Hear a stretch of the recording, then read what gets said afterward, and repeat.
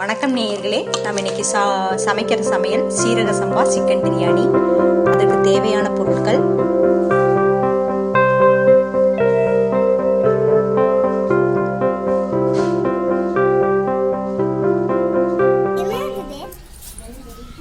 சீரக சம்பா அரிசி, தேங்காய் பால்,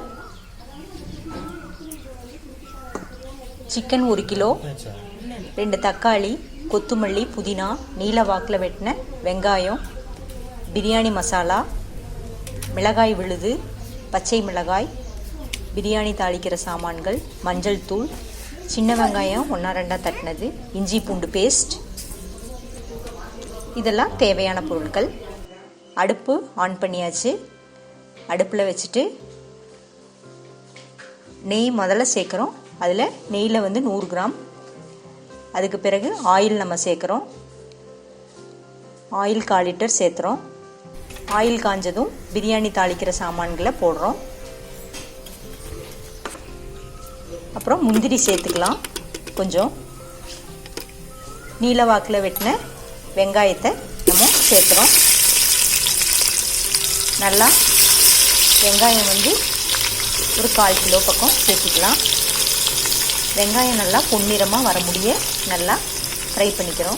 இந்த பொன்னிறமாக வர்றதுக்கு வெங்காயத்து கூட கொஞ்சம் நம்ம உப்பு சேர்த்திட்டோம்னா வெங்காயம் நல்லா பொன்னிறமாக வந்துடும்.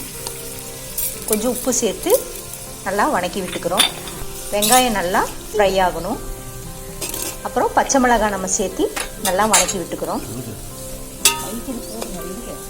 அப்புறம் புதினா இலையை நல்லா சேர்த்து கலந்துக்கணும். வாசனை போகிற மாதிரி நல்லா புதினா இலை சேர்த்து நல்லா கலந்துக்கணும். பிரியாணி சாமான் இது நம்ம வீட்டில் அரைச்சது. அதுக்கு தேவையான பொருட்கள்: பட்டை, ஏலக்காய், இதெல்லாம். இஞ்சி பூண்டு பேஸ்ட்டு சேர்த்து இஞ்சி பூண்டு பேஸ்ட்டோட பச்சை வாசம் போகிற முடிய கலந்துக்கணும். நல்லா கலந்து விட்டுக்கோங்க. இஞ்சி பூண்டு பேஸ்ட்டு பச்சை வாசம் போடணும். மஞ்சத்தூள் 1/2 டீஸ்பூன் சேர்த்துக்கலாம். என்றைக்கும் நம்ம மஞ்சத்தூள் சேர்த்துனா ஆன்டிபயோட்டிக். நல்லா பிரியாணியோட கலர் வரக்கு மஞ்சத்தூள் நம்ம சேர்க்குறோம். அடுத்து வரமிளகாய் சுடுதண்ணியில் போட்டு அரைச்சி வச்சது. இது பிரியாணிக்கு டேஸ்ட்டு கொடுக்கும். நல்லா சேர்த்து மிளகாய் சேர்த்து கலக்கிறோம். அடுத்து 1 கிலோ சிக்கனை ஆட் பண்ணுறோம். சிக்கனை நல்லா சேர்த்து கலந்துக்கணும்.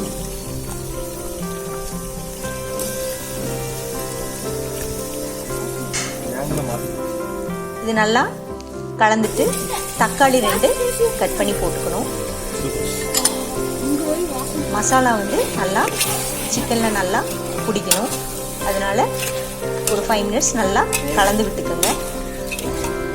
நல்லா கலந்து விட்டுட்டு தக்காளியும் சிக்கனும் நல்லா ஃப்ரை ஆகணும்.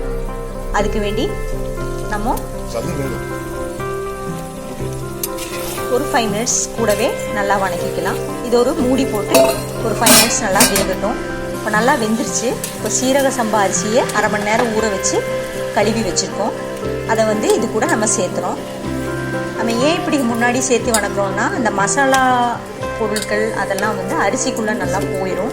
அதனால தான் இந்த அரிசியை நம்ம முன்னாடியே தண்ணி ஊற்றாமல் அதில் சேர்த்து இந்த மசாலா பொருளை சேர்த்து வணக்கிறோம்.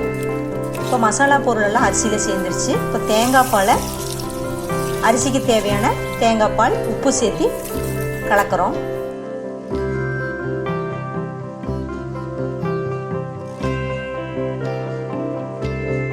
வெங்காயம், சின்ன வெங்காயம் ஒரு 30, அதை 1-2 தட்டிக்கலாம். தட்டி கடைசியில் சேர்த்துக்கலாம். நல்லா கலக்கி விட்டுக்கணும்.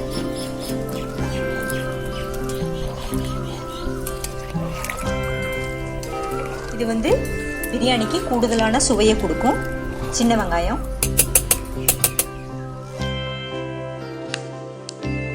நல்லா மூடி வச்சிடணும். 10 to 15 மினிட்ஸ் நல்லா கொதிக்கட்டும். அப்போ ஒரு தடவை மூடியை திறந்து ஒரு கலக்கு சின்னதாக லைட்டாக ஒரு கலக்கு கலக்கிடுங்க. அடிக்கடி பண்ண வேண்டாம். சும்மா ஒரு தடவை பண்ணால் போதும். அடிக்கடி பண்ணிங்கன்னா அரிசி வந்து உடஞ்சிரும். அதனால் ஒரு தடவை ஒரு கலக்கு மூடியை ஓப்பன் பண்ணி கலக்கிக்கங்க.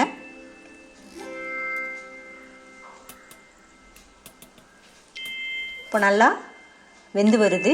அரிசி ஆஃப் பாயில் ஆயிடுச்சு, 3/4 வேக்காடு ஆயிடுச்சு. இப்போது இந்த சமயத்தில் நம்ம கொத்தமல்லி பொடியாக கட் பண்ணி வச்சுருக்கோம், அதை வந்து சேர்த்துக்கிறோம். நல்லா கொத்தமல்லி சேர்த்தோம்னா லைட்டாக கலக்கிக்கிறோம். கலக்கிட்டு தம் போடுறோம். பிரியாணிக்கு தம் சேர்த்தியாச்சு. ஒரு 10லிருந்து ஒரு 15 நிமிஷம் அப்படியே வச்சுருங்க.